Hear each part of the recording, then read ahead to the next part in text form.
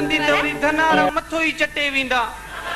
हो रुगो मां का नई बकरी वठी वेंदो आहियां त को काॾो चिंबड़ंदो तस को काॾो चिंबड़ंदो तस भाऊ तोखे बकरी ऐं शहनाज में फर्क नथो लगे छो चिंबड़दा हिन के जो संदी खल प्यारी कान थन अलाए भाऊ चङी शइ ते उहे मेला हूंदा आहिनि न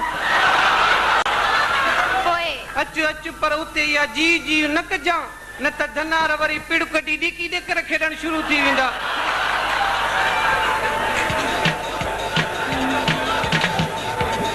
पोइ मुंहिंजो भला बकरीअ सां फोटू कढंदी हाँ हाँ कढल हलिया हलिया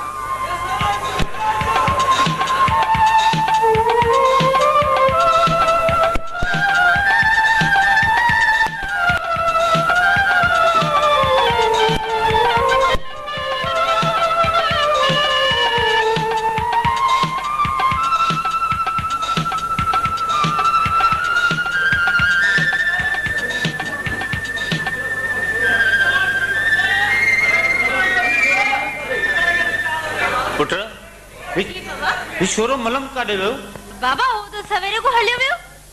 इन छोरे जी त ख़बर ई कान थी पए जाई बि वञी नूर शाह जो मकान वसाई हलाए त छा पर बाबा मां साथ में लंग नशो पतो तो करे ही कोने कंदो जो कोने मता नाले जो असर थियो हुजेस बाबा असर वटे हा त तहां जो वटे हा सॼो ॾींहुं त तव्हां सां गॾु हूंदो आहे गॾु वरी किथे आहे बाबा रुगो हुजनि से बहाना अञा बनीअ ते मस पचंदो त वरी को न को कमु यादि पवंदुसि अला मर्यादनि खे जंत नसीब करे वया बाक़ी घोड़ो हवाले करेनि बाबा चवंदा आहिनि चरिया खया त पंहिंजा सोन हा बाबा बिल्कुलु आहे त सोन पर इहे गॾहनि वारियूं गोयूं हणनि त बंदि करे न चङो पुट मां ॾिसी अचां डिश वारे होटल ते बाबा आउं त चवां थी मां साथ मलंग जो डिश ते वञण बंदि करायोसि सफ़ा बेअर कान थी पियो आहे बाबा काथे आहे त ॾुखियो तंहिं ॾींहुं बि मां वियोसि रुगो चांहि पीअण त असुल उथण वाकई न पियो थिए चवनि दादा ठही पर थी हले बाबा मां त चवां थी असुल बंदि करायोसि डिश हा पुट उनजो हिकिड़ो हल आहे उहो कहिड़ो बाबा मूंखे ॿुधायो मां थी हल कयां हा तूं हल करे सघें थी बाबा हा बाबा मूंखे ॿुधायो तुंहिंजी ऐं मलंग जी शादी ही फसल खणा त इहो ॿार बि लाहिबो चङो पुट मां ॾिसी अचां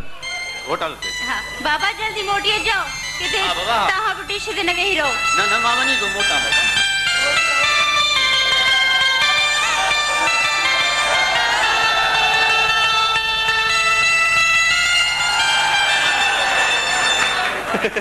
मां सात सात मिठी जात जात कुकड़ कोत खाऊं रात रात सीरो रंध रंध पाऊं पंध पंध काठियूं कर हलो घर घर घर घर बट मुआ पर कि ना ये मोई डिश डिसी सफा बेर कान थी पियोई अलाए ते केड़ी किनी हरकत सिखी पियोई बेर कान ए न कर मां साथ तो खा सवा सुल साव तो बुसाड़ जे को कम कारी कोन दोस्त उकले तो बिजली का सवा सुल ठुक वंदो हां ओ वरी की ओ छाए त इन बिजली आसरे घणन पांजा घर कबूतरन जे खानन जेतरा सोड़ा ठाया आगे हर कम हथन जा थी तो हाणे नलकन जी जाए ते मोटर निकरी जाए कपड़ा धोए भी मशीन तो सुकाए बुआ बुहारी भी बिजली ते सफाई बिजली ते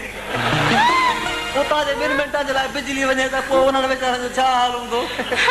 सच्ची बात है हे सजो बार मु बिजली केली ते आऊं न त बाकी शा पर तू घबरा न तू त मोजी बिजली आ न हल ए मूसा तो लोड शेडिंग न कर न